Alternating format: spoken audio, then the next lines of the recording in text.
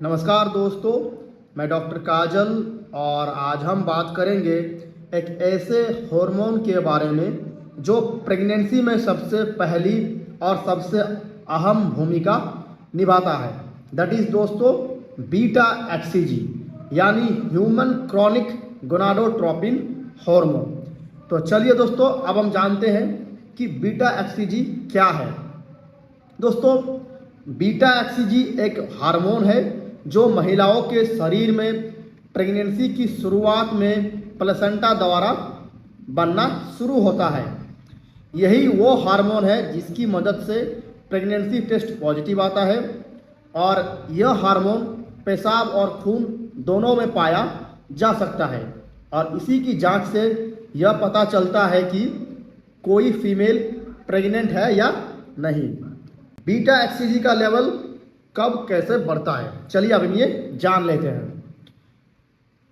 तो देखा गया है दोस्तों, प्रेगनेंसी के 7 से 10 दिन बाद बीटा एक्सीजी बनना शुरू हो जाता है। हर 48 से 72 घंटे में इसका लेवल लगभग दोगुना हो जाता है और दोस्तों ये जो लेवल है 8 से 11 हफ्तों में पीक पर पहुंचता है, फिर धीरे धीरे घटना स्टार्ट हो जाता है। तो चलिए दोस्तों, अब हम जानते हैं बीटा एक्सीजी टेस्ट क्यों किया जाता है।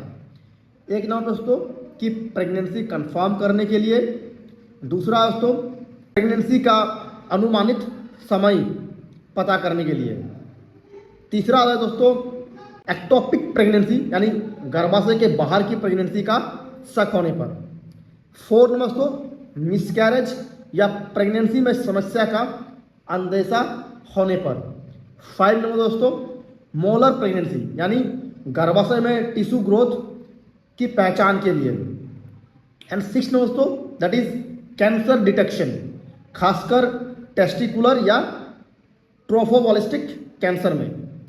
तो दोस्तों ये थे कुछ पॉइंट्स जिसमें हम लोग बीटा एक्सीजी टेस्ट करते हैं। तो चलिए दोस्तों, अब हम जानते हैं normal beta HCG range blood test में। तो दोस्तों प्रेगनेंसी की अवधि सामान्य बीटा एक्सीजी ml यूनिट पर ml होता है। 3 सप्ताह में दोस्तों 5 से लेकर 50 हो सकता है। 4 वीक्स में दोस्तों 5 से लेकर 426 तक रह सकता है एंड 5 वीक्स में दोस्तों 18 से लेकर 7340 तक भी जा सकता है एंड 6 वीक में 1080 से लेकर 56,500 तक जा सकता है और 7वां से 8वां सप्ताह के अंदर ये 7,650 से लेकर 2,29,000 तक जा सकता है एंड 9 से 12 सप्ताह तक 25,700 से लेकर 2,88,000 तक भी जा सकता है और 13 से 16 सप्ताह तक 13,300 से लेकर 2,54,000 तक भी जा सकता है।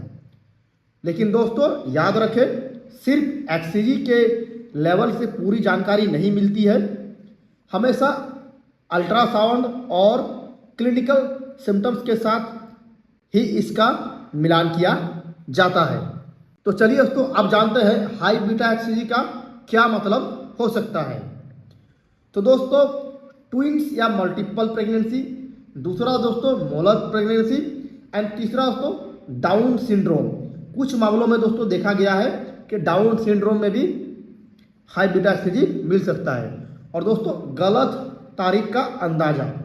तो चलिए दोस्तों, अब हम जानते हैं लो बीटा एक्सीजी का क्या मतलब हो सकता है। जैसे दोस्तों एक्टोपिक प्रेगनेंसी, दूसरा दोस्तों मिस्ड एबॉर्शन एंड तीसरा दोस्तों non viable pregnancy and fourth दोस्तों या सिर्फ बहुत अर्ली प्रेगनेंसी। तो इससे ये सब कुछ लो बीटा एक्सीजी का मतलब हो सकता है। तो चलिए अब हम जानते हैं होम प्रेगनेंसी टेस्ट और बीटा एक्सीजी। दोस्तों होम प्रेगनेंसी टेस्ट यूरिन में बीटा एक्सीजी को डिटेक्ट करता है। अगर टेस्ट पॉजिटिव है तो इसे ब्लड टेस्ट से कंफर्म किया जाता है ताकि लेवल ट्रैक किया जा सके। तो दोस्तों बीटा एक्सीजी एक बहुत ही इम्पॉर्टेंट हार्मोन है जो प्रेगनेंसी के शुरुआती संकेत देता है। इसकी नियमित मॉनिटरिंग से हमें प्रेगनेंसी की स्थिति, डेवलपमेंट और किसी भी संभावित खतरे के बारे में समय रहते पता चल सकता है। तो चलिए दोस्तों, इस वीडियो में सिर्फ आपको यही इन्फॉर्मेशन देना था। वीडियो आप लोगों को अगर अच्छा लगा हो तो लाइक, शेयर और सब्सक्राइब जरूर करें, और कोई भी डाउट या कंफ्यूजन हो तो कमेंट में बताएं। मैं हर एक कमेंट का जवाब देने का कोशिश करता हूं।